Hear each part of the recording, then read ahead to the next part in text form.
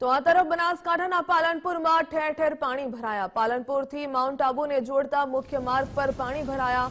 બિહારી બાગની પાસે ઘૂંટણસમાં પાણી ભરાયા। વાહન ચાલકો અને રાહદારીઓ મુશ્કેલીમાં મુકાયા। હાઈવે ઓથોરિટીની ઓફિસથી માત્ર 200 મીટર નજીક પાણી ભરાઈ ગયા। પાણીને કારણે ટ્રક ખોટવાઈ હોવાના દ્રશ્યો પણ સામે આવ્યા। તેને પગલે એક તરફનો માર્ગ પણ બંધ થઈ ગયો।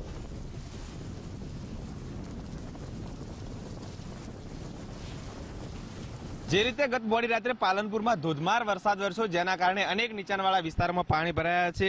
પાલનપુરની અંદર 5 ઇંચ જેટલો જે વરસાદ ખાબક્યો છે, જેના કારણે આપ આ દ્રશ્યોમાં જોઈ શકો છો કે પાલનપુરથી આ આબુને જોડતો જે આ મુખ્ય માર્ગ છે ને, મુખ્ય માર્ગ ઉપર ઢીંચણસમાં પાણી ભરાઈ ગયા છે, જેના કારણે અહીં વાહન ચાલકો અટવાયા છે। જે રીતે આપ આ દ્રશ્યોમાં જોઈ શકો છો કે સામે ટ્રક છે જે પાણીના કારણે પણ અહીં ખોટવાયું છે, જેના કારણે એક તરફનો રસ્તો પણ બંધ કરવાની ફરજ પડી છે। મહત્વની વાત છે કે આ પાણી ભરાયું છે ત્યાંથી માત્ર 200 મીટર અંતરે જ કહી શકાય કે હાઈવે ઓથોરિટીની અહીં આગળ ઓફિસ પણ આવેલી છે, પરંતુ તંત્ર દ્વારા કોઈ પણ જાતની દરકાર લેવામાં નથી આવતી। જ્યારે અગાઉ પણ વરસાદ વરસ્યો ત્યારે અહીં પાણી ભરાયેલું હતું, 3 દિવસ સુધી પાણી ભરાયેલું પડી રહ્યું, પરંતુ તંત્ર દ્વારા પાણીનો નિકાલ કરવામાં નહોતો આવ્યો। ત્યારે ફરી વધુવાર જે વરસાદ વરસ્યો છે, જેના કારણે અહીં પાણી ભરાયું છે, ત્યારે અહીં વાહન ચાલકો અને રાહદારીઓની માંગણી છે કે તાત્કાલિક ધોરણે અહીં પાણીનો નિકાલ કરવામાં આવે અને રસ્તો ખુલ્લો કરવામાં આવે, ત્યારે વાહન ચાલકોની માંગ છે।